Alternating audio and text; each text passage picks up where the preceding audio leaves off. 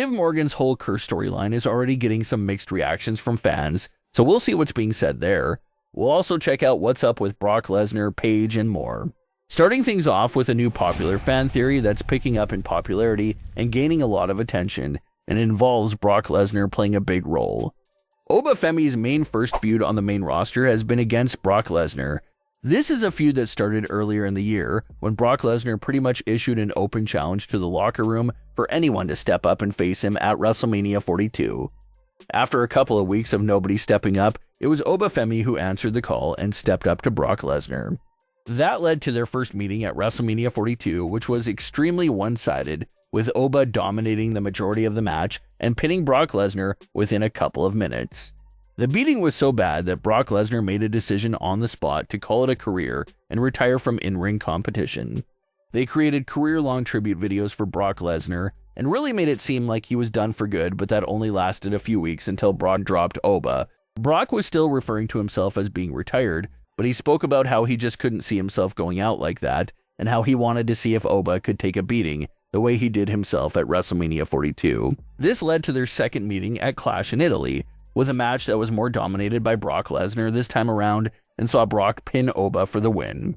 And just a few days later on Raw, they basically confirmed that there would be a third meeting after Oba came out and spoke about how they're now tied up at 1 win apiece and how he'll see Brock again down the road. Which isn't really much of a shocker or spoiler, because once Brock got his win over Oba, it was clear as day that they were setting up a rubber match there between Brock and Oba. And during the King of the Ring tournament, Oba would get on the mic and talk about how he was expecting Brock to show up and screw him out of the tournament any day now. And pretty much all the fans were expecting that same scenario as well, especially during the finals itself, but it never happened. It looks like they perfectly fed a false narrative to the audience for everyone to expect Brock to appear at Night of Champions, in order for them to shock us when Oba won cleanly in the finals. So that was a nice little ruse they pulled off there. And with Oba winning the King of the Ring tournament, and now getting a locked-in world title match of his choosing at Summerslam, this had some fans thinking that the third meeting between Brock and Oba isn't happening at SummerSlam anymore. But as we saw on the Raw after Night of Champions, the third match between Brock and Oba was just confirmed for SummerSlam, and will be a Hell in a Cell match. They're making it seem like Oba is forfeiting his SummerSlam world title opportunity by taking the match against Brock, so that understandably has some fans upset, because the King of the Ring tournament was basically for nothing after all. But there's a far-fetched way that a world title can still be involved in Brock and Oba's SummerSlam match, and that's where this new fan theory kicks into play. Fans are discussing the idea of Brock Lesnar paying a visit to Smackdown in the coming weeks and getting booked for an undisputed championship match against Sami Zayn. And that match could probably look very similar to Brock vs. Kofi from 2019. Brock quickly takes care of Sami Zayn and gets the undisputed title off of him within a few moments. Brock Lesnar would now be the undisputed champion, and his Hell in a Cell match against Oba would now be for the undisputed title, and that would undoubtedly be one of the two main events for SummerSlam 2026. Oba and Brock still get their rubber match at SummerSlam, and the stakes are raised way higher than their first two meetings, since the undisputed title would now be on the line, and this will be a main event matchup. It completely raises the stakes in every single category compared to their previous matches. And this third meeting would be the grand finale of this feud, so definitely a lot of winner-takes-all type of energy happening with this matchup. This SummerSlam match would determine the winner of the feud, and it would also determine who's walking out as the undisputed champion. And considering that Brock Lesnar is wrapping up his in-ring career, you gotta assume that Oba would be the winner of this match to officially win the feud against Brock Lesnar, and even win his first ever world title from Brock Lesnar as well.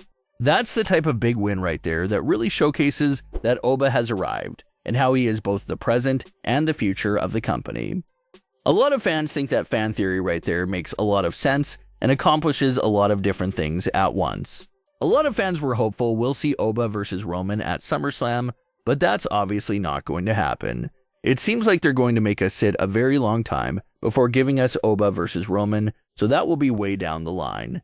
So it's going to be an interesting next few weeks here, for sure.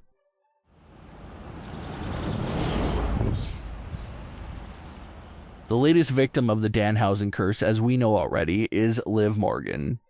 Usually the Danhausen curse is a silly plot device, mostly used on lower card superstars, for them to go through some bad luck and other silly moments. but Liv Morgan is probably the biggest superstar to get hit with the curse. Danhausen has literally cursed a world champion. So there was discussion earlier in the week about how this could actually look pretty serious for Liv Morgan. This is not just a silly strain of unfortunate luck anymore. Liv Morgan can literally lose it all if this curse is that strong. Her boyfriend, her faction, her world title, it can all be gone as a result of the curse.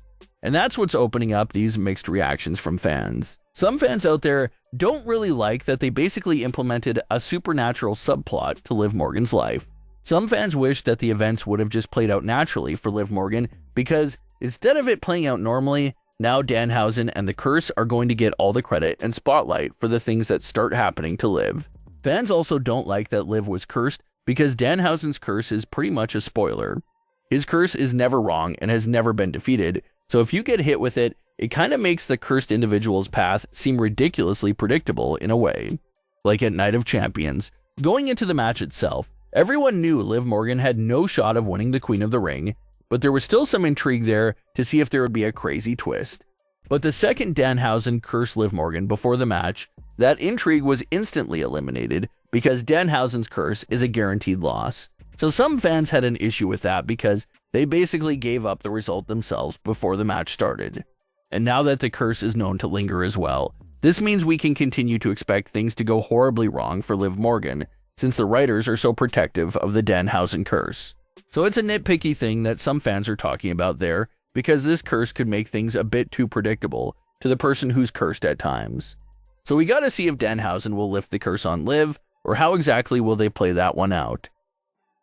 Paige broke down in tears recently, both in the ring and backstage at the London edition of Raw, and she revealed why during an exclusive vlog on WWE's official website.